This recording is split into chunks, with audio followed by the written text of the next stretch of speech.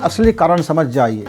जिंदगी के सच जानते हैं हुए यदि आप फिर भी उसी में पड़े रहते हो तो फिर आपको तंगी से कोई नहीं निकाल सकता। लेकिन आप चाहते हो अब तंग हाली से बाहर निकलो, दुखी जीवन से खुशहाल बनो, पीड़ित जीवन से आप आनंद पूर्वक जीवन जियो। आप चाहते हो कि आप भी एक ठाट बाट की ज़िंदगी हो, आपका भी ज़िंदगी में एक अमीरीपन हो। आप चाहते हो कि आपकी ज़िंदगी में आनंद हो, आप चाहते हो आपकी ज़िंदगी में प्रेम हो, तो आपको ये चाहना पड़ेगा, आपको चाहना पड़ेगा। ऐसा नहीं है कि आप नफरत करोगे और वो आपसे आकर्षित होगा। आप नफरत करके विकर्षित करते हो, दूर फेंकते हो। मान लीजिए मैं एक मित्र है, मैं नाम नहीं बताऊंगा उनका, जब भी वो मुझसे मिलते हैं, हर साल मिलते हैं, हर साल वो तंगी का रोना रोते हैं, हर साल अपने माता पिता को घिनौने घिनौने गाली बकते हैं, अपने पत्नी को तंग करते हैं, अपने भाई से बिल्कुल नहीं बनता। 36 का आंकड़ा सदैव उनके ज़बान पर भद्दी भद्दी और गंदी गंदी गालियां रहते हैं। खुद के जीवन पर इतने घिनौने गालियां बकते हैं, खुद अपने आप को इतने घृणित देखते हैं घृणित नज़रों से कि नकारात्मक जीवन उनका पोर पोर में, रग रग में, ब्लड के एक एक बूंद में उसका जीवन में नकारात्मक गाली गलौज तमाम भरा पड़ा है। और मैं उनको करीब करीब 12-15 सालों से जान रहा हूँ। उनके जीवन में राई रत्ती भी सुख नहीं आया, यद्यपि भले बहुत भरा पूरा परिवार किसे थे, संपत्ति का कोई कमी नहीं था। ऐसा भी नहीं है कि कुलवंश उसका निचले दर्जे का हो, उच्च कुलवंश में जन्म लिया, ऊंचे घर में जन्म लिया, अच्छे लोगों के घर में जन्म लिया, अच्छे पूंजी के घर में जन्म लिया, लेकिन हुआ क्या? पूरी जिंदगी तंगहाली में गुजर रहा है। संकीर्ण सोच, संकीर्ण मानसिकता और जो उनकी सोचने के तरीका है वो उसको जीवन में तंगहाली से नहीं उबारता है मित्र, यद्यपि रोज कमाता है। वही मेरा एक दूसरा मित्र है जो बहुत गरीबी में जीवन उसको मिला। जब उसने पढ़ाई किया तो उनको पढ़ने लिखने के लिए लोग मदद करते थे। उनके घर परिवार के लोग रोज़ कमाते थे, रोज़ खाते थे, वो भी मजदूरी करते थे, मेहनत करते थे।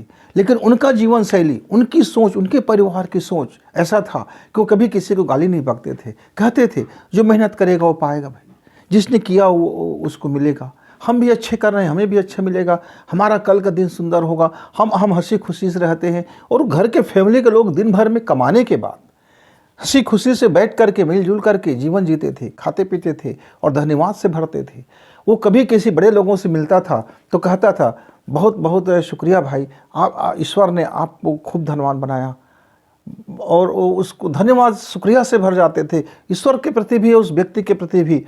वह कभी सोने चांदी की दुकान से गुजरता तो कहता कि कितना सुंदर सोना चांदी है, हीरे मोती है, वाह। लोग कमाते हैं उसके बाद इसको हासिल कर लेते हैं। मेरा भी संतान एक दिन ऐसे ही सोने चांदी आभूषण से मेरा भी संतान को प्राप्त होगा। वो मनोकामना लेकर जीवन जीते थे।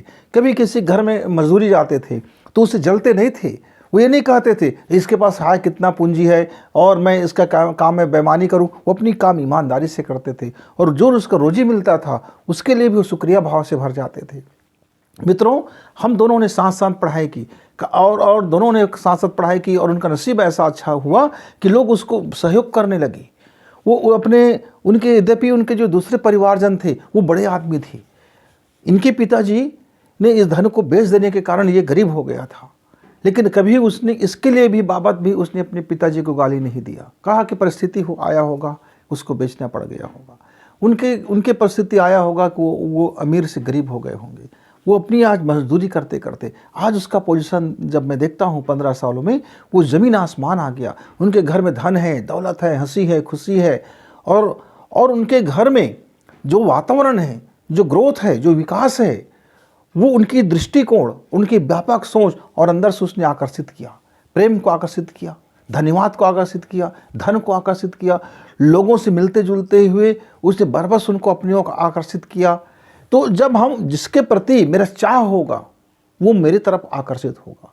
मैं किसी मित्र को गले लगाऊंगा, हंस के गले लगाऊंगा, तो कल मेरा मित्र फिर मुझसे मिलने के लिए उत्सुक होगा और मैं वही गले लगाते हुए अंदर ही अंदर कहूँगा हरामखोर है, ये कमीना है, ऐसा है वैसा है, मुझे मदद नहीं करता है, मेरी हंसी करता है, तो कितना बड़ा आदमी हो गया है, तेरी भाग्य से मुझे जलन हो रहा है। अंदर ही अंदर मैं सोच रहा हूँ और छाती लगा रहा हूँ। तो मेरी बाहर का छाती लगाना कौड़ी काम करे, ढेले भर काम करे। मैं बड़ा हंस के मिल रहा हूँ, आइए आइए, वेलकम वेलकम। और अंदर से जहर भरा हुआ है, कितना ये आदमी कमीना है यार, इसके पास इतना धन है यार, इसका सौभाग्य इतना है यार, इनका ऐसा इतना है यार, इनका ऐसा इतना है यार, कहीं से मुंह लूट लिया होगा यार, कहीं से खसूट लिया होगा यार, भ्रष्टाचारी नंबर 1 का है यार, ये पैसा ऐसे ही थोड़ी हो सकता है, देखो मैं कितना कमाता हूँ, मेरे पास नहीं रहता है। यानी आप कंपेयर करते हैं, जलते जलते जलते आग में जल रहा है, वो आग आपको भीतर से जला रहा है, आपके नसीब को जला रहा है, आपके सौभाग्य को जला रहा है, और आप तंगहाली में जीवन जी रहे हो। तो तंगहाली में आप किसी के ऊपर जब उंगली उठा रहे हो, तो जरा आप अपनी तरफ देखो कि आपकी नकारात्मक सोच आपकी कितना ज़्यादा नुकसान पहुंचा रहा है। दुनिया में पड़ोसी, कोई भी दुश्मन आपको उतना नुकसान नहीं पहुंचा सकता जितना आपका खुद का अपना सोच और विचार आपको नुकसान पहुंचाता है। दुनिया की कोई औकात नहीं है कि आपको पद दलित कर सके, आपको नीचे उतार सके, आपको घटिया बना सके, आपको कमज़ोर बना सके, आपको आलसी बना सके, आपको जलनखोर बना सके, आपको हरामी बना सके, आपको कमीना बना सके, आपको कुत्ता बना सके। सिर्फ आप और आप उसके लिए जिम्मेदार होते हो, क्योंकि आपकी सोच, आपकी दिमाग और आपकी चाहत जिस दिशा में चलेगा मित्र, आप वही बनते हुए चले जाते हो। तो जिस दिन आप तंगहाली में रहते हुए भी आप यदि खुशहाली की कामना करेंगे, शुक्रिया भाव से भरेंगे, ईश्वर ने आपको जन्म दिया, 2 हाथ दिए, पैर दिए, कान दिए, नाक दिए, स्वास्थ्य दिया, शरीर दिया, यह वातावरण दिया, धरती दिया, बुद्धि दिया, और आपको क्या चाहिए? तो आप यदि जो है उसकी तो कीमत समझो। समय है, सांस है, आपको सांसें दी, समय दिया, अब उसी की बेकदरी करते हो, उसी के कदर का दान नहीं हो, और सोचते हो तंगहाली से आपका जीवन गुजर बेहतर हो जाएगा। तो मेरे मित्र निकलिए, आप अपनी उस सोच की अंधी गुफा से बाहर निकलिए। आपके भीतर में एक घुंघू मुट्ठ मारता हुआ बैठा है, एक बारूद के ढेर में, जो विचार का बारूद है, जो अंदर में आत्मघात का बारूद है, जो अंदर में एक ऐसे घुंघू आपने पा रखा है जो मुट्ठ मारते हुए बैठा हुआ है।